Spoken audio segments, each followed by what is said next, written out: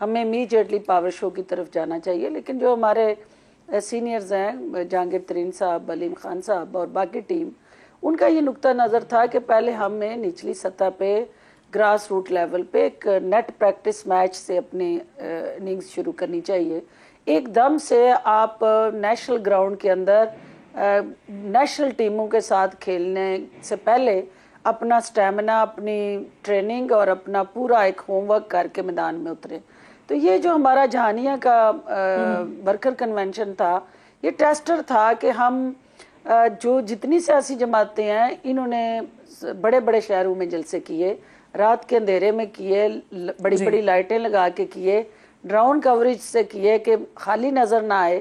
ہم نے دن کی روشنی میں یہ جلسہ کیا اور ہم نے اس کنونشن کے دوران ورکرز کو موٹیویٹ کر کے یہ کہا کہ آپ نے اپنی جو اس علاقے کے ساتھ ٹائز ہیں, دیکھیں جو احساس سے محرومی اور ان پورے 3 ڈویژن جو جنوبی پنجاب کہلاتا ہے اس کے زخموں پہ مرہم رکھنے کے لیے جہانیہ سے بہتر جگہ کوئی نہیں تھی. اور استحکام پاکستان پارٹی اس کمٹمنٹ اور ریزالو کے ساتھ وہاں گئی تھی کہ ہم نے نہ صرف ان کے آنسو پوچھنے ہیں, جہاں ہم ایک کمپریہنسیو مینیفیسٹو دے رہے ہیں, وہاں اس کے ساتھ ساتھ ہمیں دیہات اور شہر کے جو فاصلے ہیں ان کو کم کرنا ہے. فردوس صاحبہ, کل آپ کے جلسے میں جو ہے نا نرم اور گرم دونوں فلیور نظر آئے. صدر صاحب جو ہیں آپ کی پارٹی کے, ان کی طرف سے بڑا جارحانہ رویہ اپنایا گیا اور آبویسلی مسلم لیگ نون کا جو مخالف ووٹر ہے اس کو گیدر کرنے کے لیے یہ بڑا ضروری بھی ہے. لیکن جہانگیر ترین صاحب, ان کا بڑا مفاہمانہ قسم کا رویہ تھا. تو اس طرح کے فلیورز کی کوئی خاص وجہ تھی کل کے جلسے میں؟ دیکھیں, جہانگیر ترین صاحب کو کی روایتی وزاداری رکھ رکھا اور سیاست کے اندر جو ان کا ایک اہم ترین رول یہ رہا کہ وہ اکٹھا کرنے والی شخصیت ہے, وہ یکجا کرنے والی شخصیت ہے. وہ سیاسی اتحاد کی بجائے وہ قومی اتحاد کی بات کرتے ہیں اور ان کی سوچ جو ہے وہ یکجہتی کی سوچ ہے.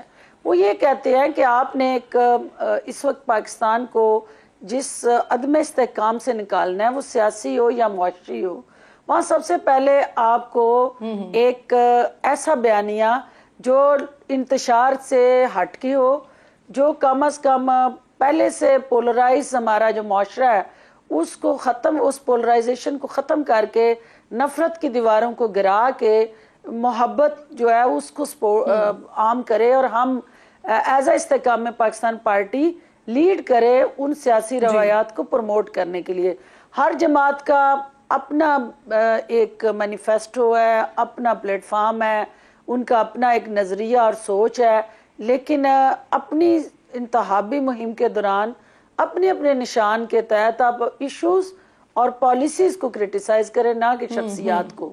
تو یہ علیم خان کی جارحانہ اننگز جو ہے وہ بھی سیاست کی اس اننگز کے لیے سب سے اہم ہے, کیونکہ سیاسی کچھ اوپنرز ہوتے ہیں جو آ کے پہلے گیم کا ماحول بناتے ہیں, چوکے چھکے لگاتے ہیں, اچھا سکور سیٹ کرتے ہیں, پھر پیچھے جو بیٹسمین ہوتے ہیں وہ تھوڑا آہستہ آہستہ پھر اپنی لمبی اننگز کھیلتے ہیں. تو چونکہ ہم نے دونوں طرح کی چیزیں جو ہے اس اننگز کے اندر متعارف کرائی, جارحانہ اور اس کے ساتھ ساتھ بیلنسڈ بیٹنگ, تو الٹیمیٹلی مقصد ایک ہے کرن کے اس پاکستان کو جو اس وقت مسائل ہیں, جو اس وقت پوری قوم جو ہے وہ گروہوں میں بٹی ہوئی ہے, اس وقت جو ہے وہ پاکستان کے پاس معاشی محاذ پہ جو کرنے کی ضرورت ہے اور پاکستان کو استحکام کی ضرورت ہے, ان کو یکجا کرنے کی ضرورت ہے. بالکل بالکل آپ درست کہہ رہے ہیں. جو منشور بھی آپ کی طرف سے پیش کیا گیا ہے وہ سننے میں لیڈ کرے گی. اور جی ٹھیک فردوس صاحبہ, جو منشور آپ کی طرف سے پیش کیا گیا نا وہ سننے میں کانوں کو بڑا بھلا لگتا ہے. جس طرح کے اس وقت حالات چل رہے ہیں پاکستان کے, لوگوں کو بڑا اچھا لگتا ہے اس طرح کا منشور اگر سامنے رکھا جائے. لیکن سوال یہ بنتا ہے کہ اس پر عمل درآمد کرنے کے لیے آپ لوگوں کے پاس کیا پلان ہے. یہ میں آتی ہوں آپ کے پاس, میرے جو دیگر پینلسٹ ہیں ان کی طرف چلتی ہوں. شرمیلا صاحبہ بہت شکریہ, السلام علیکم. یہ جلسے ہو رہے ہیں باقاعدہ طور پر, اب انتخابی مہم کا آغاز ہو چکا ہے نا. ایک طرف مسلم لیگ نون ہے جو لاہور میں بڑا پاور شو کر رہی ہے, آئی پی پی نے خانیوال میں کل اپنا پاور شو کر دیا, خٹک صاحب بھی کچھ نہ کچھ کرنے کی کوشش کر رہے ہیں, جے یو آئی سندھ میں امن مارچ نکال رہی ہے.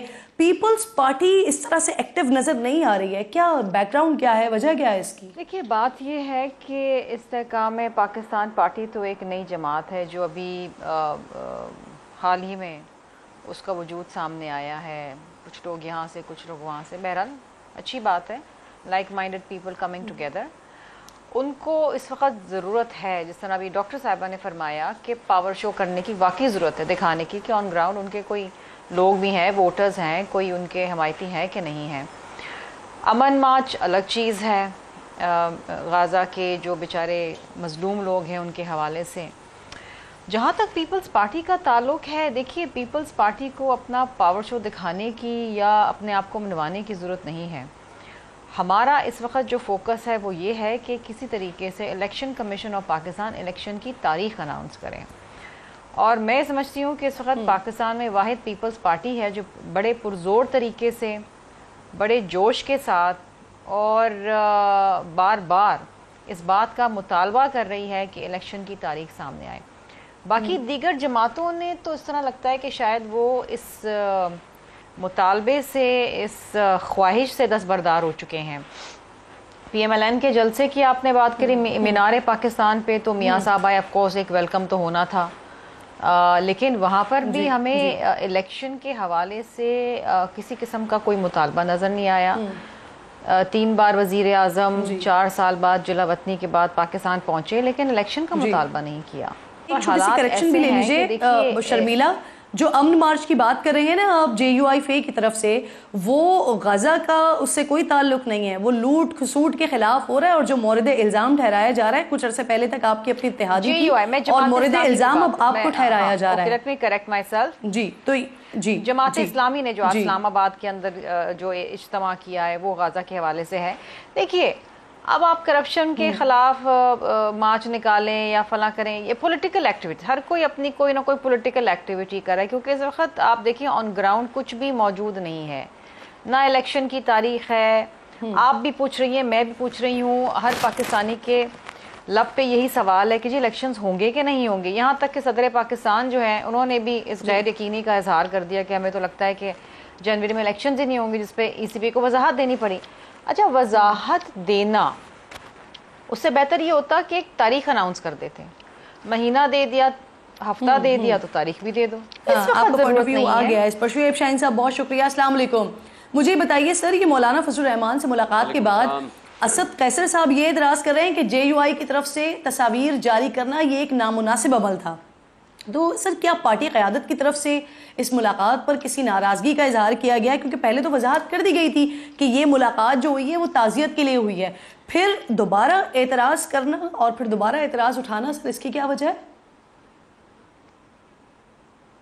دیکھیں, یہ تو میرا خیال ہے کہ اسد قیصر صاحب سے ظاہر ہے کسی صحافی نے سوال کیا ہوگا تو انہوں نے اس کا جواب دیا ہوگا, لیکن اس میں تو کوئی دوسری رائے نہیں ہے کہ اس میں ظاہر پختونوں کی روایات ہو یا بلوچوں کی روایات ہو یا ہمارے پورے پاکستان کی روایات ہو, کوئی آپ کا سیاسی مخالف ہو یا ایون دشمنی بھی کیوں نہ ہو, جہاں غم اور افسوس یا کہیں کوئی خدا نہ خواستہ کوئی فوتیدگی ہو جائے تو وہ افسوس کرنے کے لیے ضرور جایا جاتا ہے اور جانا چاہیے بھی, ایک ہماری روایات ہیں. تو اور اس حوالے سے وہ گئے تھے, تو اس کے علاوہ کوئی دوسری رائے نہیں ہے. تو اس بات سے ہٹ کے میں کہہ رہا ہوں, شرمیلا صاحبہ جو کہہ رہی تھی کہ صرف وہ اکیلے مطالبہ کر رہے ہیں, یہ بات درست نہیں ہے. ہم تو سپریم کورٹ میں گئے ہوئے ہیں, جو ہماری پٹیشن پہ نوٹس ہو گیا ہے اور جو ابھی 2 یا 3 تاریخ فکس ہے وہ ہماری پٹیشن پہ اوپر ہے اور سپریم کورٹ بار ایسوسیشن کی پٹیشن کے اوپر ہے. ہم تو آلریڈی کہہ رہے ہیں, اور ہمارے ساتھ جو کچھ امتیازی سلوک ہو رہا ہے, ہمیں تو صرف یہ ہے کہ ہمیں تو فیلڈ بھی نہیں مل رہا, لیول پلینگ فیلڈ تو دور کی بات ہے. اور ارسپیکٹو ہر پارٹی کو اجازت ہے, ہم نے تو 100 سے زائد مقامات پہ اجازت مانگی, ہمیں کسی جگہ پہ الاؤ نہیں کیا, ہمیں 100 سے زائد مقامات پہ ہم نے جگہ مانگی. ہمارے ساتھ صرف ایک جگہ پہ وہ بھی الاؤ کیا, کانا میں, لاہور میں, اور وہ بھی ہائی کورٹ کے آرڈر سے, اور وہاں بھی ہمارے لوگوں کو گرفتار کر چکے ہیں. بالکل, اور اس پر میں بھی بات کر چکی ہوں. آپ مجھے بتائیے, ابھی جیسے آپ نے ملاقاتوں کی بات کی ہے, تو پی ٹی آئی آئندہ ہفتے سے دیگر سیاسی جماعتوں سے روابط کے شیڈیول کو حتمی شکل دینے کا فیصلہ کر رہی ہے. سر جو آپ لوگوں کی ذیلی کمیٹی میں یہ سارا فیصلہ ہوا ہے, کن جماعتوں سے آپ لوگ ملیں گے اور ان ملاقاتوں کے مقاصد کیا ہوں گے؟ کیا کسی انتخابی اتحاد وغیرہ کے بارے میں سوچ رہے ہیں آپ لوگ؟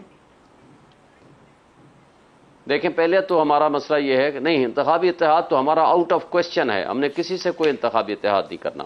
دوسری بات، اور ہمیں ضرورت بھی نہیں ہے، الحمدللہ ہمارا پورے پاکستان میں سب سے زیادہ ہمارا ووٹ ہے، سب سے زیادہ پاپولرٹی ہے، سب سے مقبول جماعت ہے، ہمیں اس سے غرض نہیں ہے. سر پہ ملاقاتیں کس لیے ہو رہی ہیں؟ دیکھ رہے ہیں اس کو سپریم کورٹ کے سن لیں نا، سپریم کورٹ کے فیصلے پہ ہم انحصار کر رہے ہیں. سپریم کورٹ نے جس دن آرڈر کر دیا کہ تاریخ دیں، اور اس کے بعد ہم فری اینڈ فیئر الیکشنز کے لیے ہم نے آلریڈی بھی مطالبہ بھی کیا ہے، لکھ کے بھی دیا ہے الیکشن کمیشن آف پاکستان کو، اور تمام کنسرنڈ لوگوں کو ہم یہ کہنا چاہتے ہیں کہ دیکھیں اب آپ کی ریاست متحمل نہیں ہو سکتی مس ایڈوانٹیج اور اس طرح کے ایڈونچرز کی، کہ جہاں آپ اس وقت بدترین معاشی تباہی کے ساتھ آپ پھر ایک ہائیبرڈ نظام صرف نہیں، آپ ایک سب سے مقبول پارٹی کو کرش کرنے کی نیت سے تمام وہ حربے استعمال کر رہے ہیں جو کہ کسی صورت قابل قبول نہیں ہیں. تو میں سمجھتا ہوں کہ ہمیں اس پہ تمام سٹیک ہولڈرز کو یہ سوچنا پڑے گا اور ان کو اپنے پالیسیز پہ ریکنسیڈر کرنا پڑے گا. جہاں تک پولیٹیکل پارٹیز کا تعلق ہے، پولیٹیکل پارٹیز سے بات کرنا اس حد تک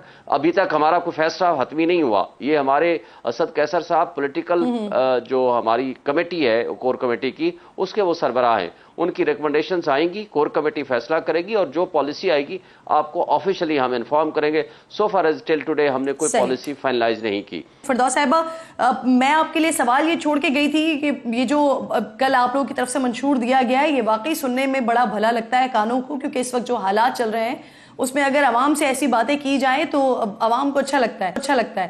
لیکن مسئلہ یہ کہ اس پر عمل درآمد کیسے ہوگا، اس کے لیے آپ لوگ کی کیا پلاننگ ہے؟ کیونکہ IMF کے ساتھ رہتے ہوئے ان تمام چیزوں پر عمل کرنا بڑا مشکل لگتا ہے. اس مینیفیسٹو کے اندر سب سے اہم چیز یہ ہے کہ آپ نے جو اس وقت نا امیدی ہے، مایوسی ہے، ہر بندہ یہ سمجھ رہا ہے کہ یہ ملک جو ہے اب اس نہج پہ پہنچ گیا ہے کہ شاید اس سے واپسی ناممکن ہے. ہم یہ کہہ رہے ہیں کہ ہمارا دین بھی یہ کہتا ہے کہ مایوسی گناہ ہے. ہم نے اپنی مینیفیسٹو میں امید کی ایک شمع روشن کی ہے. ہم نے یہ پریکٹیکلی بڑا سوچ بچار کر کے، ہوم ورک کر کے، ایک انالیسز کر کے، ایک ڈیٹا بینک بیسڈ ہم نے وہ مینیفیسٹو ورک کیا اور اس کو پریزنٹ کیا. آپ کہہ رہی ہیں کہ کیسے ہوگا IMF کی شکایت؟ کیا ہماری قوم کی قسمت میں یہ لکھا جا چکا ہے کہ نسل در نسل اس نے IMF کے شکنجے میں رہنا ہے؟ نہیں، ایسا نہیں ہے. اس قوم کے پاس بہت زیادہ ایسٹس ہیں اور سب سے بڑا ایسٹ ہمارے پاس جو قومی احساس ہے ہماری یوتھ ہے. استحکام پاکستان پارٹی جب اپنی 65% ٹوٹل جو اسٹرینتھ ہے اس کو یوٹیلائز کرے گی تو یہ قرضے کیا، پاکستان اتنا طاقتور ملک بنے گا کہ لوگوں کو قرضے دے رہا ہوگا، دوسرے ملکوں کو قرضے دے رہا ہو. صرف ہماری ڈائریکشن سیدھی ہونے کی ضرورت ہے، ہماری پرائورٹی سیدھی سیٹ ہونے کی ضرورت ہے، اور اس ملک کے پاس ہر طرح کی نعمت ہے، صرف کمٹمنٹ چاہیے. اور یہ جو ریزالو اور کمٹمنٹ پارٹی کے مینیفیسٹو میں ریفلیکٹ ہوئی ہے، آپ دیکھیں گی کہ یہ امپلیمنٹ بھی ہوگی اور انشاءاللہ آخری بات سے تو میں اگری کرتی ہوں کہ ہر طرح کا پوٹینشل فردوس صاحبہ اس ملک کے اندر موجود ہے، لیکن سیاستدانوں نے کبھی جو ہے وہ ان وسائل کو یوٹیلائز نہیں کیا ہے. تو آپ کی آخری بات سے تو میں اگری کرتی ہوں. شرمیلا صاحبہ، پیپلز پارٹی کے بیان کو تحریک انصاف کی جانب سے بڑا خیر مقدم کیا جا رہا ہے.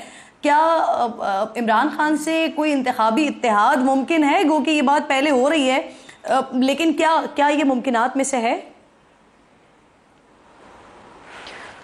کرن دیکھیں، اس معاملے میں اتحاد کی بات نہیں ہے. اٹ از اونلی فیئر کہ اگر آپ اس ملک میں فری اینڈ فیئر الیکشنز چاہتے ہیں تو اس کا پری ریکوزٹ کیا ہے؟ لیول پلینگ فیلڈ، اور وہ ہر کسی کے لیے. ہمارے لیے تحریک انصاف بھی از اندر پارٹی. ہم وی ول سے the same about Jamaat Islami F یا MQM یا PMLN کہ ہر جماعت کو لیول پلینگ فیلڈ ہے. اگر کسی بھی جماعت کو آپ الیکشن سے باہر رکھتے ہیں یا اس کے اوپر کسی قسم کی قدغن لگاتے ہیں یا اس کے اوپر کوئی زور زبردستی کرتے ہیں تو اس ملک میں جو الیکشنز ہیں they will become questionable. اس پہ بڑا سوالیہ نشان آ جائے گا، وہ فری اینڈ فیئر نہیں ہوں گے. ظاہری بات ہے وہ جماعت بھی اعتراض کرے گی اور پھر وہی نعرے لگیں گے، پھر وہی احتجاج ہوگا کہ جی دھاندلی ہو گئی ہے. تو کسی بھی جماعت کو الیکشن سے باہر رکھنا، اس کو لیول پلینگ فیلڈ نہ دینا، یہ زیادتی ہوگی نہ صرف اس ملک کے ساتھ بلکہ الیکشن کے پروسیس کے ساتھ اور اس عوام کے ساتھ. ہر کسی کو موقع دیں. Let the people make their choices نا. بیلٹ کو عزت دیں. بیلٹ یہ جو آپ بات کر رہی ہیں نا پیپلز پارٹی کو شکوہ ہے وفاق اور سندھ میں انہیں لیول پلینگ فیلڈ نہیں دی جا رہی ہے. شرمیلا صاحبہ, سندھ میں ایم کیو ایم کو اس حوالے سے بڑے تحفظات ہیں. خالد مقبول صدیقی کہہ رہے ہیں کہ انہیں دیوار سے لگایا جا رہا ہے, یعنی جس کا جہاں بس چل رہا ہے وہ وہاں چلا رہا ہے.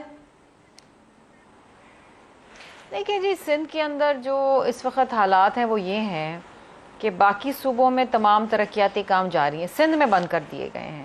اچھا, ان میں وہ کام ہیں جو تعمیر کے حوالے سے ہیں اور وہ سیلاب زدگان کے گھروں کے حوالے سے وہ رک گئے. اب 4 دیواریں کھڑی ہیں, چھت نہیں لگا سکتے کیونکہ فنڈز روک دیے گئے ہیں.